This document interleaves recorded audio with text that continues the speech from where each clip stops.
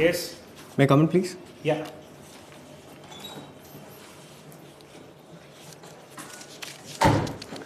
Good afternoon, sir. Good afternoon, ma'am. Good afternoon. Please take your seat. Thank you, sir. Saharsh. Yes, sir. How are you feeling, Saharsh? Sir, I'm feeling good. I am glad that I have this opportunity. This is my second interview, so I'm looking forward to it. Please introduce yourself to the panel. So, ma'am, my name is Sahars Kumar. I come from Kolkata, the city of joy. I did my schooling from Ramakrishna Mission Vidyalaya, Narendrapur. And after that, I did my BTech from IIT Kanpur and worked for 2 years at Ola Cabs. After that, I did my MBA from IIM Calcutta. So while I was working in the corporate sector, I realized that I was missing out on job satisfaction. And I realized that my inclination lies towards the civil services, where I would like to contribute in terms of administration. And that started my journey in the civil services. It has been a bumpy ride, sir, and this is my last attempt. And I feel that my mains went fairly well, and I'm optimistic about making it to the final list. Okay. Why so much of effort, Saharsh? You're doing good. You were doing good only in corporate. Yes, sir. Why leaving corporate and coming to civil service? What's so special about civil service? Sir, one thing that I realized in the corporate sector, I realized that my work had become quite monotonous, and that is when I started looking for certain ways, that is the civil services, where I realized I could relate to the challenges and the dynamic nature of the job, and this is what got me motivated towards pursuing for the civil services. At the same time, sir, my father himself was a civil servant, and he had always been inspiring me towards the civil services. So all of this motivated me to change my direction, my trajectory, and come to the civil services. All that is fine. I mean, but don't you think that the work profile will also be monotonous in government after a point? And there may be days when you are not having job satisfaction. So do you really think that such a bright candidate like you should not serve the corporate, which we badly need today, an IIT and an IIM in corporate, and take this risk and spend so many years in something as futile as civil service? Sir, I do agree that there might be days even in the civil services where it may be monotonous, but I feel that largely the demand of the job will be very dynamic, and there would also be many days where I'll be conversing or coming across people from different walks of life and addressing the different issues that they might be facing. So it will be very challenging. And sir, I do not believe that it would be futile working in the civil services, even from my experience. Sir, I believe that all the experiences and skills that I have garnered over the years, all of them can be used in the government space as well and utilized to improve the public sector as well, sir. Good. So tell me how, in 3 ways, Saharsh will be using his skills, what he has gained in corporate exposure, to make government a better place. Yes, sir. So firstly, I feel that the amenability to change is something which is slightly restricted in the government sector, wherein there is a lot of inertia. And for that, I feel that some lessons in terms of efficiency can be brought from the corporate sector, which from my experience I can bring to make rapid changes, radical changes. Something which I would like to instill the principles of Kaizen in the government sector. Secondly, sir, I feel that technology, while there is definitely an increased usage of technology in the public sector as well, but I feel that it is very limited, and the influence of technology in the grassroots is something limited. And as an administrator, I would like to improve that. Thirdly, sir, I feel that my experiences leading a team, teamwork, binding the team together is something that can be used in the civil services as well to keep the entire team motivated and having a single line of action. So all these ways I can contribute, sir. Saharsh, according to you, what are the 3 major challenges we are facing today, economically, socially? Sir, in terms of economic challenges, the major challenge we are facing today is the current growth rate. As of now, although after COVID we had a decent, good growth rate of 8% plus, but in this year as well and the next year predicted 2025-26, the growth rate has been decreasing. Secondly, sir, we are facing the issue of unemployment, underemployment and disguised unemployment. So these major issues, because of this, we are not being able to utilize our demographic dividend. And thirdly, I feel, sir, that the low focus or the limited exposure to human capital development is something such as in terms of education or healthcare is something that needs to be worked upon. That is also a big challenge in the country today. Okay, so quickly tell me one solution for each, each one of these. One solution, one banded solution which can address this to a great extent: growth, employment or unemployment, and development of human capital. Sir, a single solution that would address all of these three issues. Respective one solution for each one of three. Right, sir. Sir, to address the growth issue, we need to focus on the major issues why the GDP growth is not as much as earlier, and we need to highlight that expenditure, public and private investment, these are one of the major concerns, and the government need to focus on capex as well as encouraging the private sector to invest in the economy. Secondly, sir, in terms of employment, the government needs to develop the skilling, because there have been data which shows that only 51% of Indian graduates are employable.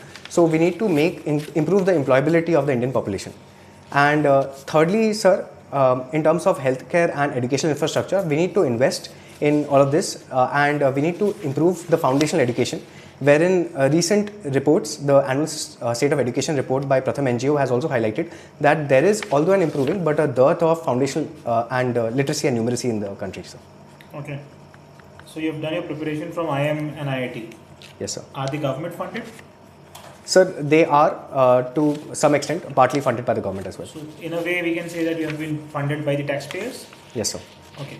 So do you think it is right on your part to prepare under the, using the money which taxpayer is earning and then now devote all of that towards civil services? Yes, sir. Sir, in my opinion, I feel that all the investment that has been funded by the taxpayer money, I believe that as part of the civil services, I would have a greater opportunity to give that back and to really contribute to the upliftment of the taxpayers who have contributed to my education, sir. Okay. You come from Calcutta. Yes, sir. Tell me 3 things about Calcutta which you are not proud of. Or Bengal also, you can largely take Bengal. So one thing that, some of the few things that I am not very proud of as a resident of Calcutta, firstly, sir, is the low amount of industrialization. And because of that, there's a huge amount of brain drain that is happening in the state. There is a perception among the industrialized personnel regarding Bengal, and because of that, there is not a lot of industrial investment coming. Secondly, sir, I feel that the politicization of different education institutions that is happening in the state is something that I'm not proud of. And thirdly, sir, some instances which do make me feel ashamed, such as the RG car incident that happened last year, that has painted the state in a very negative image, and that is something that I'm not proud of it also. Which one out of these 3 you are most disappointed of? Because you are rating RG car as the third one. For you, industrialization is more important or women's safety? So for me, women's safety is more important. And among the 3, I am most disappointed by the RG car incident that has happened. Don't you think both are related? Unless we have an industrialized and civilized society, such incidents will keep on increasing because of unemployment? Yes, sir. That is to some extent connected.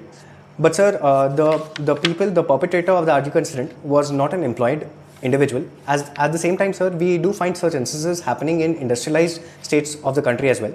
So it is not entirely related. Definitely, we need to work on education, literacy, employment. That would ensure that such cases or such instances are very limited. Ramakrishna Mission you have started. Values which you have imbibed there, which you think today is missing in the society, and you would like to be a messenger of those values as a civil servant. Yes, sir. Sir, one of the biggest values that I learned and which I feel is quite missing in society today is firstly discipline, sir. Wherein that was one of the biggest values that were inculcated in the college in terms of following the set routine, waking up early in the morning and doing everything according to a time, being very punctual. So that is something which is very missing. Secondly, sir, I feel one of the other values is compassion.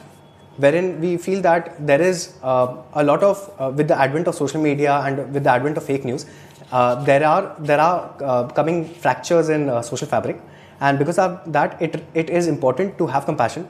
The idea that was provided by Swami Vivekananda, that means to serve the human, serve the individual. So I feel that is something which is missing and should be inculcated among each and everyone in society. Okay.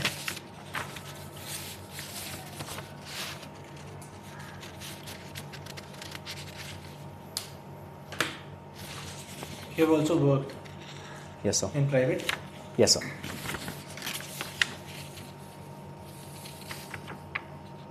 I can see that you have worked with Cars 24. Yes, sir. How you see this recent trend of dynamic pricing, what we are having in cabs? Do you think it's ethical as a concept? Sir, I don't think that it is an ethical concept, because it is one of the instances of a dark pattern wherein different consumers are charged differently for the same product.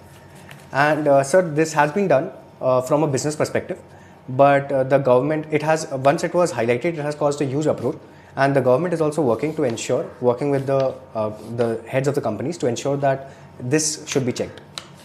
We say that Saharsh, to become successful and productive, we have to be disruptive. And everything is justified in the name of success. Don't you think that if you see that way, these companies are surviving and making money only because they are going ahead and doing dynamic pricing and studying it from commercial perspective? The same thing we'll not see in government happening. So don't you think if we bring such concept in government also, we'll become more profit centric, and we also need to have new ways of looking at ethics? Sir, while bringing such initiatives in the government sector, it could bring about more profitability. And however, sir, India being a welfare state, it is constitutionally, or it is unconstitutional to discriminate among the citizens. And even the constitutional articles 15 and 16 goes against the idea of discrimination. And so India should rather ensure that the most weakest population are uplifted, and all the people are provided equal or equity in the terms of benefits. How does this fit in the concept of demand and supply in today's world, when you have crores and crores of people looking for cab? You cannot supply to each one of them at that moment of time. When there is a huge surge in demand, don't you think dynamic pricing is an obvious way of bringing a solution to that? Yes, sir. Sir, in terms of cabs, while dynamic or surge pricing, that is justified, because it goes well with the idea of demand and supply, and goes ahead with the idea of the invisible hand of the market. But sir, pricing the ride differently based on whether the customer is an Android user or an Apple iOS user, in that case it goes against the idea of it discriminates the customer on the basis of the phone that they're using. Okay, that way you mean to say that it's discriminatory? Yes, sir. Okay. You coming from Bengal, but I can see that your parents are not from Bengal. Yes, sir. And also you planning to give a preference for Gujarat. Yes, sir. What makes you do that? Why you don't want to stay in Bengal? Sir, while I have been born and brought up in Bengal, and I have a lot of love for Bengal, but sir, the reason why I have chosen Gujarat as my first preference is because my family, some of my family, my sisters stay in Gujarat, and my parents are also willing to move there in a year or two, and that is why, to stay closer to my family, this is a choice that I have taken. Okay. Suppose you don't get into IAS and you are serving any other service where you are supposed to be having a rotational transfer. In that case, you will not be having your family around. Yes, sir. So will you be comfortable in that? So definitely, I have had experiences of staying away from my family, and I would not feel that would in any case deter me from doing the task or the duty that I have been asked to uphold. Rather, I feel that I would be happy if I am staying close to my family, but if for any case I am not able to stay with my family, then I don't think that would be something that would deter me, sir. Okay. Also, tell me, you have written a paper on cognitive behavioral therapy. Yes. Can you explain this whole concept and the phrase? Cognitive behavioral therapy, the idea, it is one of the therapies or one of the means we are using to address mental health issues. The basic idea behind cognitive behavioral therapy is that our thoughts, our emotions, and our behavior are interconnected. And so the idea is that we can treat or we can improve the mental health condition of an individual by cognitive restructuring or restructuring the way they think about things, and that in itself would modify the behavior of individuals.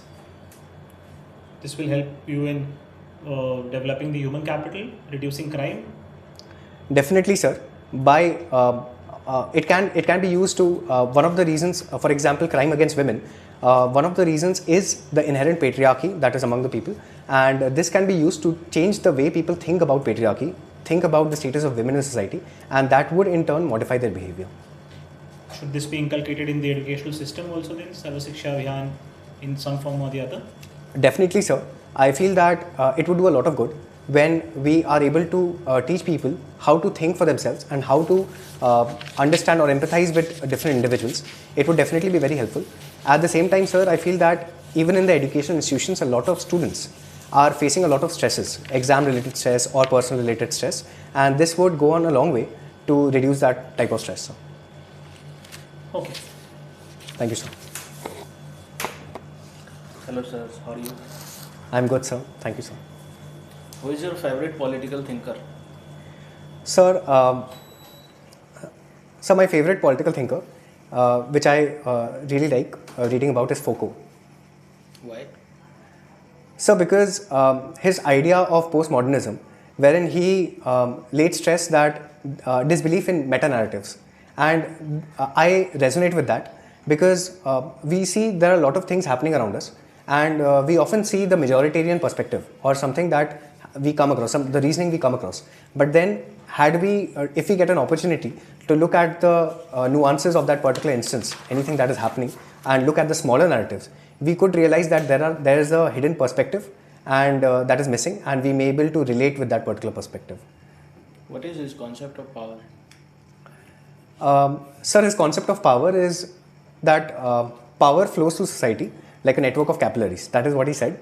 And the idea is that power, each and every individual in the society is responsible, in some way holds power of the other.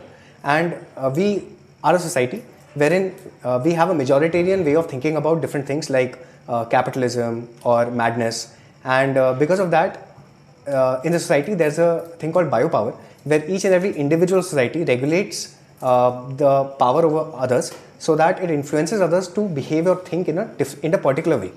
So that was his concept of power. Okay. What role does caste play in Indian politics? Sir, in Indian politics, caste is a very important factor, sir. And we call it mandalization of politics. And sir, because different political parties during elections or before elections while campaigning, they often seek to appease certain sections of the vote bank based on caste.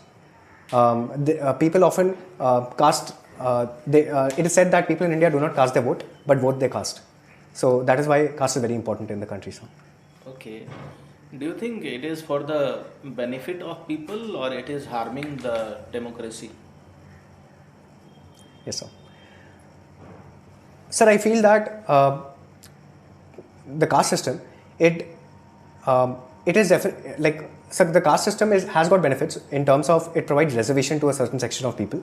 But strictly speaking about politics, it also provides a voice for the people of the different depressed classes, where they could raise their concern to their constituent leaders, and these constituent leaders could then raise the concerns of the people of those communities on the national stage.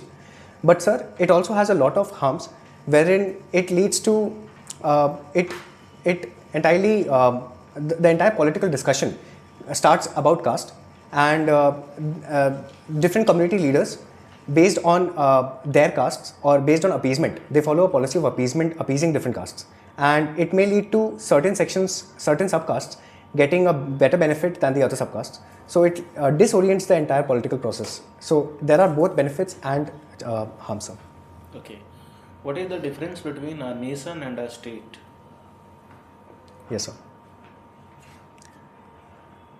Sir, a nation is a feeling. It's a feeling of loyalty. It is a feeling of unity that comes from common history, common language, common culture, common heroes. So it is a intangible concept.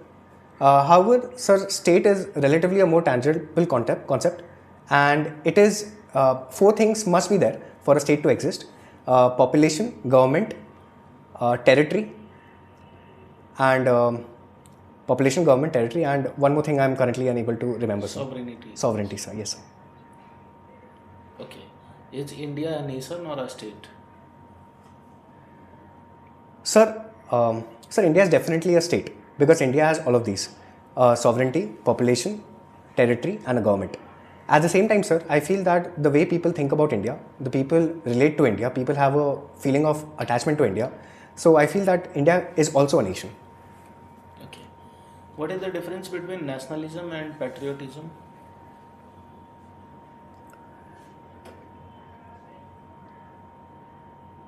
Sir, if I can have a moment, please. Yes, please.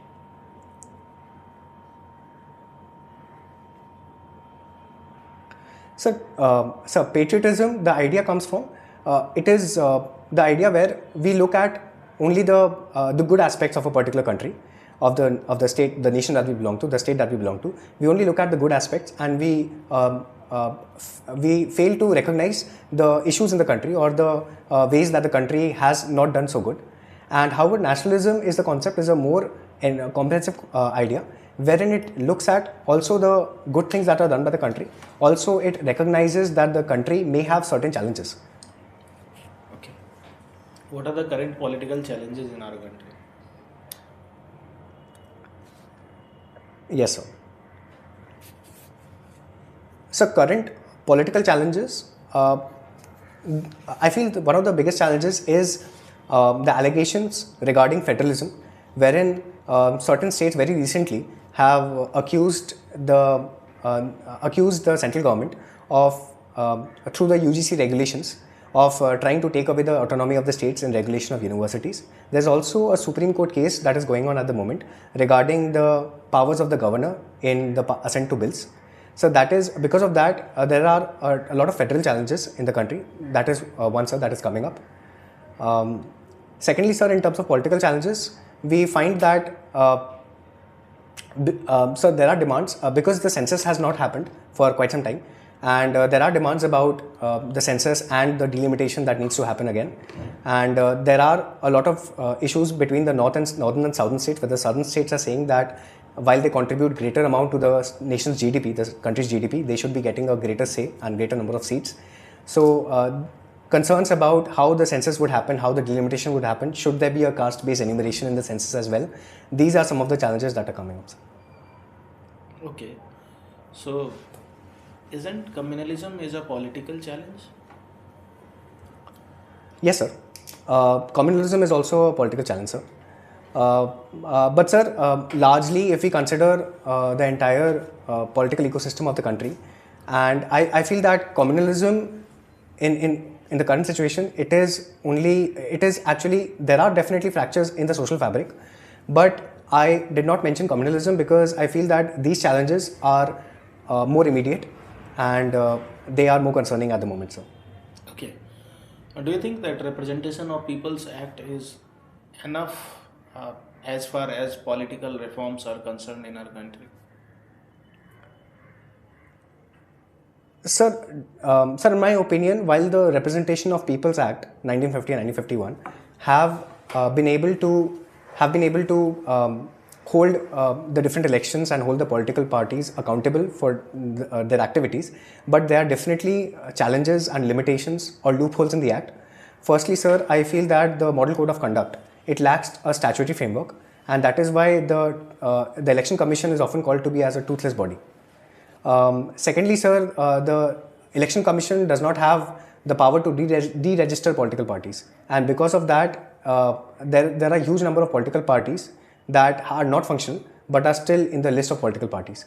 So, through different acts, the Election Commission must be empowered to take decisions. Also, the independence of the Election Commission should be empowered, upheld, sir. How do you evaluate the working of Election Commission as an institution?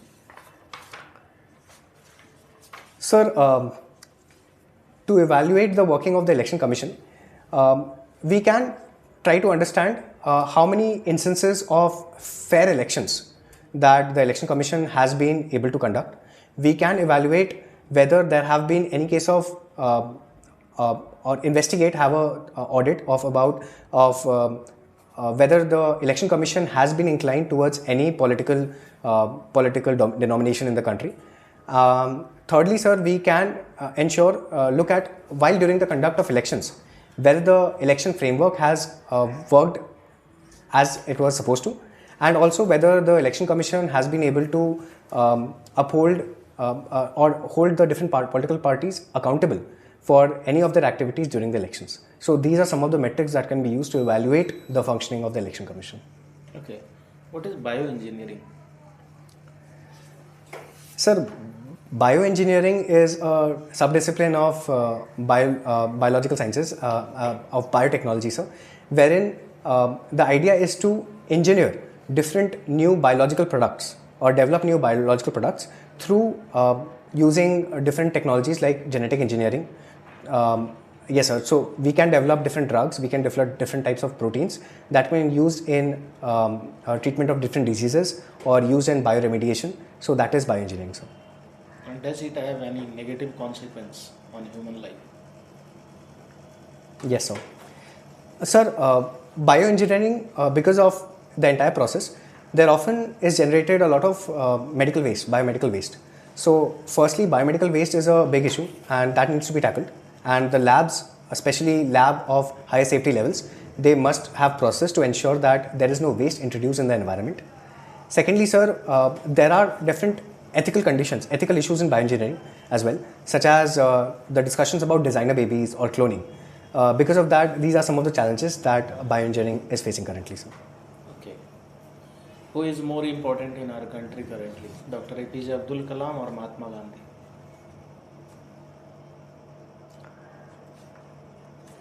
Sir, while I believe that both individuals are very important and have made an indelible mark on the country. However, sir, I believe that considering the current socio-economic, politico-cultural situation of the country, I feel that APJ Abdul Kalam is a more important individual for the country, wherein his idea of laying stress on education, on developing the scientific temper, all of this can definitely ensure that we are able to utilize our demographic dividend. It can cut down many of the crimes that are happening in society. It can ensure that people are able to perform better and increase the employment in the country and improve the country's economic growth as well, sir. कभी समस्तीपुर गए हो? I have not been, sir. Okay. That's all. Thank you, sir. Good afternoon, sir. Good afternoon, ma'am. Okay, so Sahars, you stay in Kolkata, but Yes, ma'am. You hail from Bihar. Yes, ma'am. Okay, can you tell me about the migration pattern between Bihar and West Bengal? Ma'am, Bihar is one of the states which is very famous for out-migration and contributes a lot to the out-migration movement in the country. And in West Bengal as well, we find a lot of migrant laborers from Bihar who have come and settled in different parts of West Bengal and are involved in different blue-collar activities. Okay, so is the nature only one-way migration, or we see migration from West Bengal towards Bihar as well? And Yes, in which ma'am. sector would you say this migration is taking place? Ma'am, while migration from West Bengal to Bihar is also there, relatively lesser than the migration that is happening from Bihar to West Bengal, but I am unaware about the particular sector in which that migration is happening. Just a rough idea. Ma'am, I believe that migration from West Bengal to Bihar could be again in the blue-collared labor sector, and it could also be in certain specialized sectors such as art and culture, wherein artisans from Bengal are also reputed for their artistic eye, and they could also contribute to Bihar's art and craftsmen. Also, you spoke about why you chose Gujarat as your choice. Okay, tell me 3 things that you might see in Gujarat which are not present in Bengal. Any 3 things that you consider important? Ma'am, firstly, I would like to, I think that the infrastructure development, the road network, that is relatively much better in Gujarat. And even the infrastructure such as buildings, different, something that has been growing up recently or been in the news recently, the concert economy starting from Ahmedabad. That is one thing, ma'am. Secondly, ma'am, Gujarat is something that is there in Gujarat, which you will not find in West Bengal, ma'am. Is in Gujarat, most of the people are vegetarian, and in Gujarat, in West Bengal, relatively the people have a fish curry and rice is a more of a staple diet in the state, ma'am. And thirdly, ma'am, in Gujarat we find a lot of people who are business owners, and there is a relative higher inclination towards business in the state, and there are a lot of people who are staying in the state and domiciles of the state and staying in the state and not migrating to other states. Whereas in West Bengal, we find that a huge chunk of the youth workforce is migrating out of the states to areas like Bangalore or Delhi for working. Good, Saharsh. Tell me about the Genome India project. Have you heard about it? Yes, ma'am. Please elaborate on it. Ma'am, the Genome India project, through it, the government is trying to map the genome of different population groups in the country. Very recently, it was in the news that about 10,000 genomes have been mapped, which form about 2% of all population groups of the country. And the data is being stored in the Indian Biological Data Center, that is in Faridabad, Haryana. And what are the benefits of this? Ma'am, the benefits of genome mapping is that it can give impetus to precision medicine, wherein we can truly identify, considering India's ethnography, what are the different genetic combinations that are making us susceptible or sections of population susceptible to more diseases. For example, ma'am, there is a particular community that is there in Karnataka that is susceptible to illness if they get anesthetized. So we can be able to predict that better and understand the reasons behind it better. Also, you mentioned your hobby as painting by numbers. Yes, ma'am. What is that?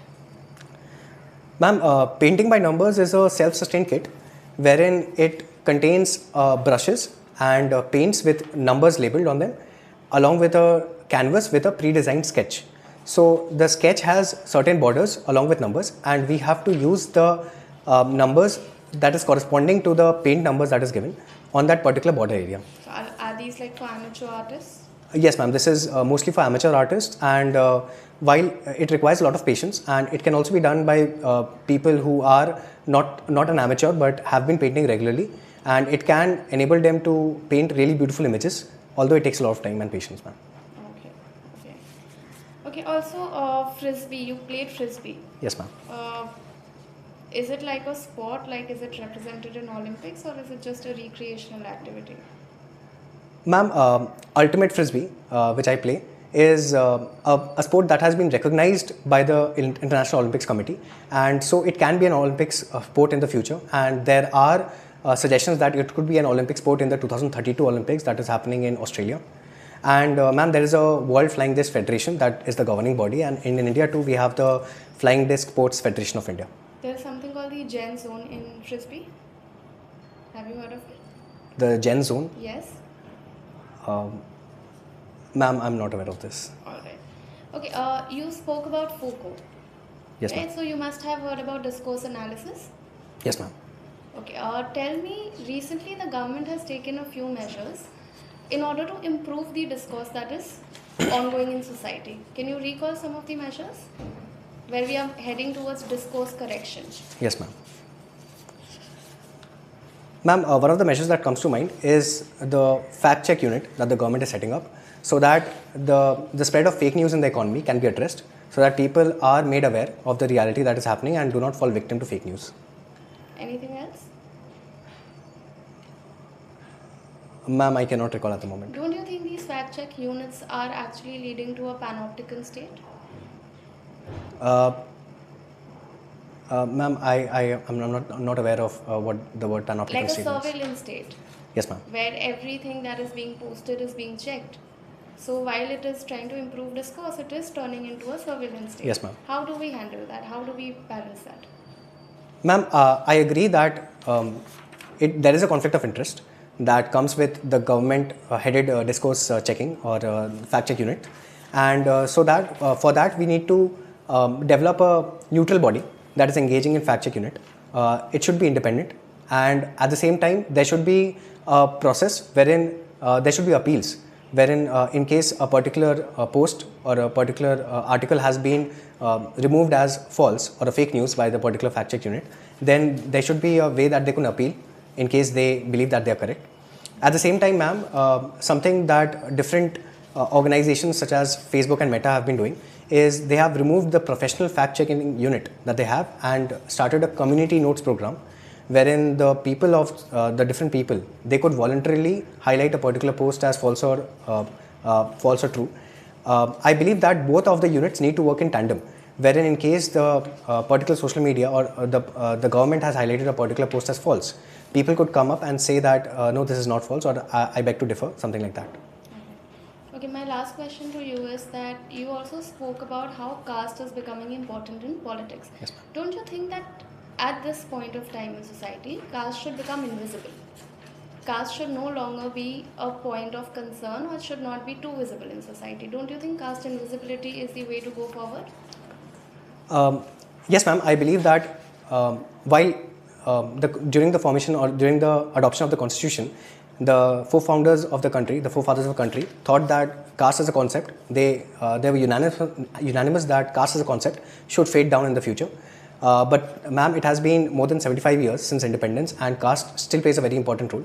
And ideally, ma'am, caste should become invisible so that all people, all individuals of the country are held as one and not discriminated against. However, ma'am, currently, considering the current socio-economic situation of the country, socio-cultural situation of the country, I feel that it is very difficult to remove caste from the equation entirely. However, one way to go about it is something that the Supreme Court has mentioned recently in the Davinder Singh case judgment, wherein there should be subcategorization of caste, even SCs, and caste benefits should be limited only to one generation. So through these steps, we can imagine a future where the discussions about caste or the caste invisibility has happened. Okay, thank you, sir. Thank you, ma'am. Hello, Sahars. Hello, sir. So, Sahars, you told that you were missing job satisfaction, right? Yes, sir. So, suppose you got selected into service and later you realized that still you are missing that job satisfaction. So, how can you ensure that this won't get repeated? Yes, sir. Sir, while choosing this particular path, I did a lot of introspection firstly, and I had a discussion with a lot of people, and I realized that, and I am very much convinced that this would be the end, and this is where I would find the job satisfaction that I'm seeking. Secondly, sir, in case, like you said, in case there comes a time where I am unable to identify or unable to find the job satisfaction and have become disillusioned about this job itself, in that case, sir, I would go back to those people and try to talk to them again and try to identify what were those words initially that they had said that motivated me to that. And using that information and using that boost, I would try to inculcate changes in the way I approach things or look at things and talk about or try to address the different challenging nature or take up different projects that I could take up on my own and make this job more demanding, more dynamic and more challenging. Okay. So, continuing from the sir, so is it right to call India state nation or nation state? Sir, if I can have a moment, please. Yes.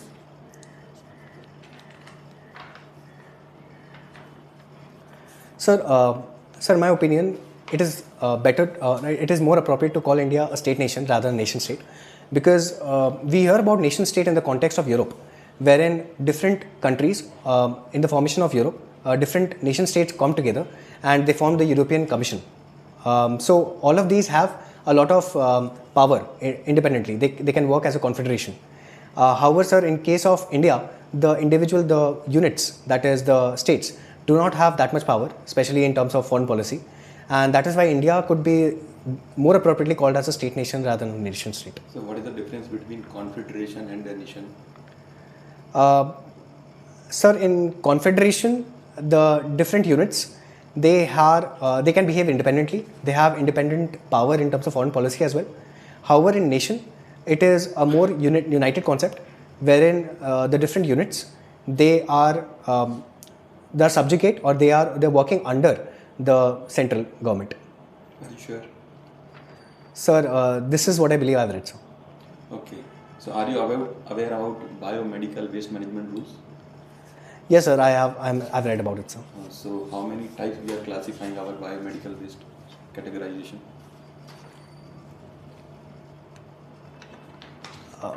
Sir, while I've read about it, I cannot recall it at the moment, sir. Okay, no issues. So Sahars, you are from Kolkata, Yes, and your father is from Bihar, Yes, sir. and mother is from Delhi. Yes, sir. So you have grown under influence from 3 different regions. So how has this shaped your perspective? Sir, my father being from a rural background, one of the very small areas of Bihar, and my mother being from an urban background, I feel I have had a mix of both, and I have had an understanding of how life works in both areas. Secondly, sir, in terms of the language I speak, that has also been very much modified, because in my speaking language, in my colloquial language, I feel there are certain terms that are more spoken in Bihar, as well as there are certain terms that are more spoken in Delhi. So these are some of the changes that I can find in myself, sir. So Sahars, Bihar and West Bengal have different governance models. So can you tell me some lessons that Bihar can learn from Bengal and vice versa? Yes, sir. Sir, one thing that comes to mind is that Bihar can learn from West Bengal is West Bengal has the second largest number of MSMEs in the country, and also West Bengal has the largest number of women-led MSMEs in the country. So something that Bihar can learn from West Bengal is empowerment of women and inculcation or introduction of women in the workforce, increasing the female LFPR, labor force participation rate. That is something that Bihar can take from West Bengal. Something that West Bengal can take from Bihar is, sir, one challenge that comes to mind is while Bihar is working in doing a lot of, although it had a tarnished history in terms of education, however, Bihar recently has taken a lot of steps and improving the education system of the state. Whereas in Bengal, while we had a glorious history in terms of education earlier, but then with recent emergence of different issues, different scams, teachers recruitment scams that are coming up, we feel that Bihar can take up certain lessons from improving the education system. West Bengal can take up from Bihar. So how can we use your bioengineering management principles in governance? Sir, something that we have been introduced to very recently, which is during the COVID-19 pandemic, is how important biotechnology, bioengineering is a part of our life. And especially the principles that I learned regarding bioengineering during my college, sir, I can use that in governance to tackle vaccine hesitancy, to tackle the issue or the inertia or the amenability to social behavioral change. So I can instigate or I can convince people, encourage people to bring about these different changes and make them realize that this is not just something that we can just condone. This is something that we need to be, social distancing like activities are something that needs to be inculcated in our walk of life. Okay, so you work with Ola, Cabs and Cars'24, right? So how can you utilize this experience in growing startup ecosystem in India? Yes, sir. Sir, I feel that during my learnings at both Ola Cabs and Cars'24, something I realized that it is very important, while India has a lot of startups, it is very important that there should be proper mentorship, because a lot of startups are coming up, but then the business models that they have is not very viable. Ola Cabs, when I was working at that time, it was not profitable, and there were a lot of issues, which it has over the years has improved, and it has recently turned profitable. And so something like this should be inculcated in the different startups as well, where they not just focus on growth at the cost of profit, but growth along with profit. So how many unicorns are there in India right now? Sir, I cannot recall at the moment, sir. So you are aware about what is unicorn? Yes, sir. So can you tell me? So a unicorn is a company whose a startup whose valuation is above $1 billion. Okay. So you also received Kaizen award at Ola Cabs, right? Yes, sir. So you are aware about continuous improvement, Kaizen philosophy? Yes, sir. So can you explain me a little bit about what is it? Sir, Kaizen is a Japanese word and it means improvement. The idea is that if we undertake marginal improvements in our processes, in our activities every day, then over a period of time, we may be able to understand that we have come a long way forward and have made a radical change in our process. So that is basically Kaizen. An example would be, for example, in case of government schemes, if we are implementing them, there are often that we find there are false positives, false negatives in the government schemes in the implementation. So by addressing or trying to find out what are the reasons for each and every of them and making relevant process changes on a day-to-day basis, we'll come across a time when we have made the system very much robust. Okay, sir. So do you think there is rise of identity politics in India? And is there any role in recent victory of BJP in Delhi? Sir, I feel that there definitely is a rise in identity politics, and I feel that identity politics have always been a part of India's political scenario, wherein during the Nehruvian era, the Congress was dominated till 1967. And similarly, sir, even today, the votes, the voters, the electoral college, they are swayed by the charisma and the oratorship of different individuals, and they are voting on the basis of that. But I feel that that is not all. I feel that the voters have been empowered to also consider the impact that the different political parties are creating, identify what whether the manifesto of that particular political party, identify whether they can bring about that change in their region. So I feel that while identity politics has been a part of the Delhi election, but it is more complex than that, sir. So do you think it is the right time to introduce performance-based promotion in civil services? Sir, I agree. While in promotion, performance does have to play a vital role, because to grow any organization, even the government organization, public sector, we need to have well-performing or better-performing individuals at the higher echelons. However, sir, we cannot ignore the importance of experience that seniority brings. And so I feel that in identifying the promotion, we need to have a mix of both performance as well as the experience of that individual. So due to automation and AI, we are seeing the phenomenon of job loss. So can we come up with something called robot tax to compensate these job loss? Sir, definitely, sir. While a robot tax could be taxed on companies that are adopting such artificial intelligence or technology-based changes, and it can be used for the welfare of the people who are losing their jobs and the upliftment of the people who are losing their jobs. However, sir, I feel that this would discourage those companies from adopting these changes. And instead of just discouraging them, we could have a temporary tax or a temporary cess that is charged on those companies, or the companies should be responsible. We could have a policy where the companies could be held responsible for the upgradation of their employees to minimize the job loss. So that, in my case, in my opinion, would be a better way to go, sir. So Sahars, imagine if you were to write a book on governance challenges in India. So what would be its title and key theme? Just title and theme. Yes, sir. Sir, if I can take a moment, please. Sure.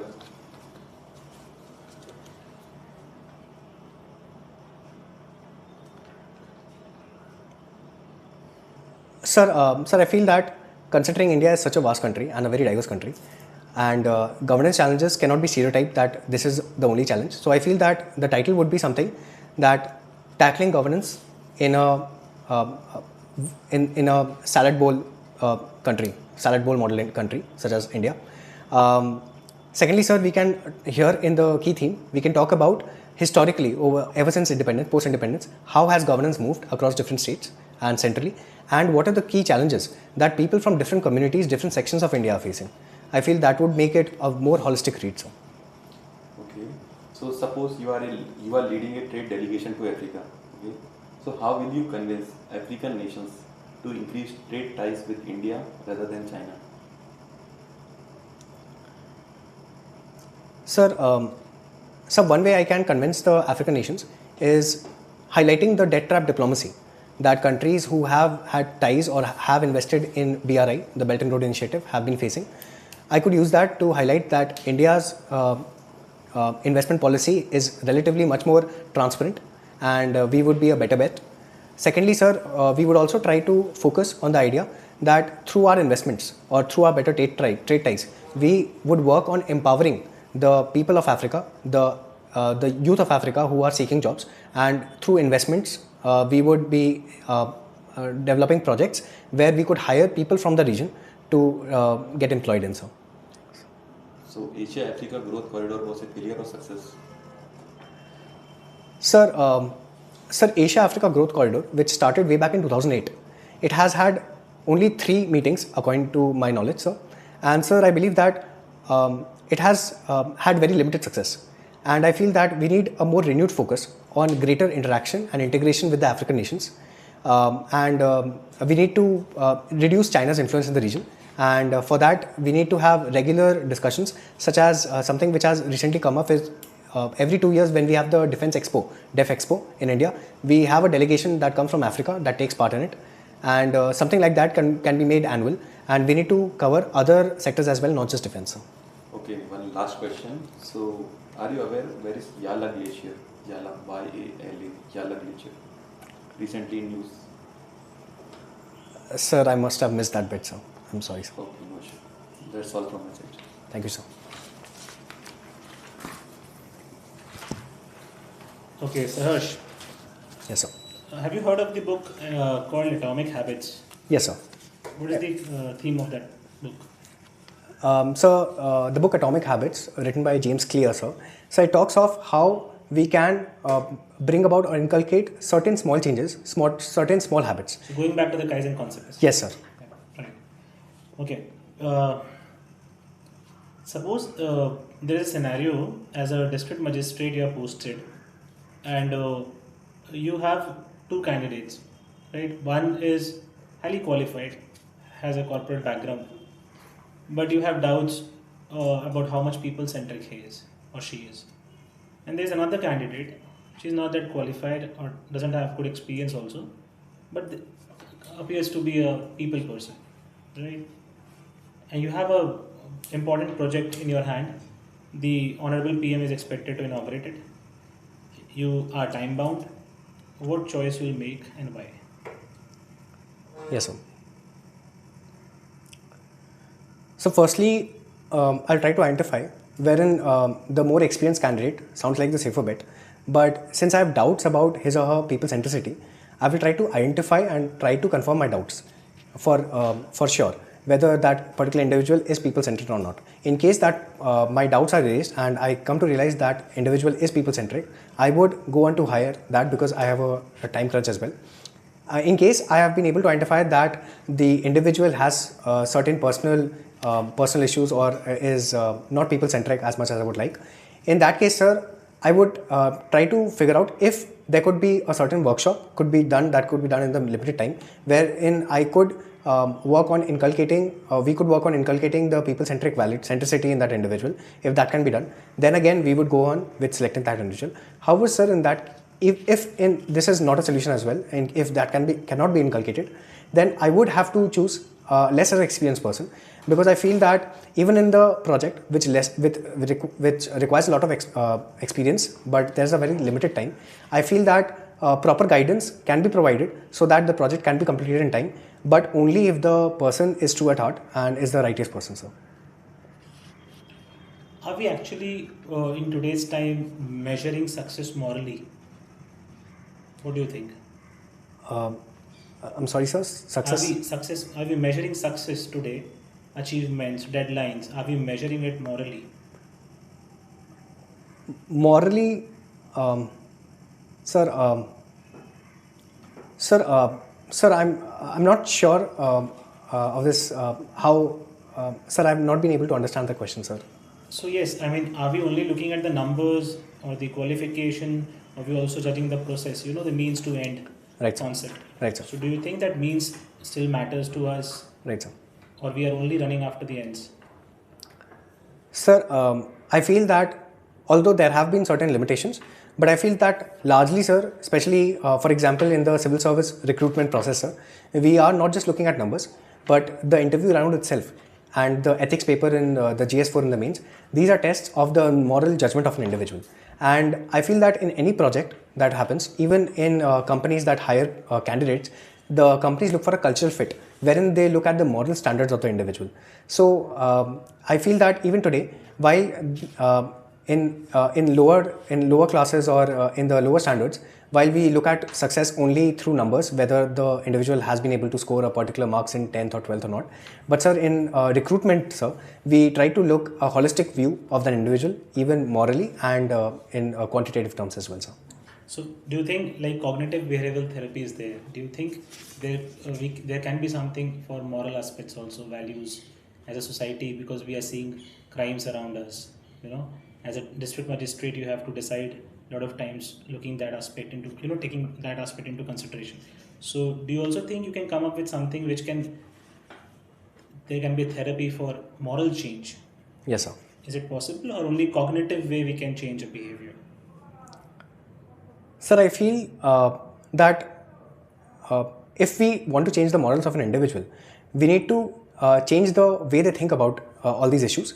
And unless we change the way they think about this issue, only just working on the behavior front, it would cause cognitive dissonance and it would not be sustainable. That is why, sir, I believe that even if we want to change the morality of people and keep them inculcate values of compassion, of justice, then in that case also we need to adhere to the principles of cognitive behavioral therapies. Okay. What exactly you are seeking in life, Sahars, as on date? What are you seeking in life? Sir, as of date, I am seeking that I have been preparing for the exam for quite some time, sir, and this is my last attempt, sir. And I am seeking a good result. I am seeking the service of my choice, and I am seeking the job satisfaction. And I am convinced that I'll get the job satisfaction here. And at the same time, sir, I am seeking that I be able to give back to the people who have trusted in me, give back to the people around me, give back to society. Like you mentioned, sir, regarding the taxpayers who have invested in my education so far, I would contribute to the change that is happening in the country. Yes, sir. अगर नहीं हुआ तो क्या करोगे? Sir, although I have not given it much thought because I do not want to keep a plan B at this moment, sir. However, sir, if in case unfortunately I'm not able to get a rank or get my name in the list, I still would want to work somewhere in the social sector, where I would, because I have been privy to so much that is happening around me, so many issues that people are facing. I would try to work somewhere in the social sector, where I could still be part of changing people's lives. So. Okay, thank you. Thank you, sir. Thank you, ma'am.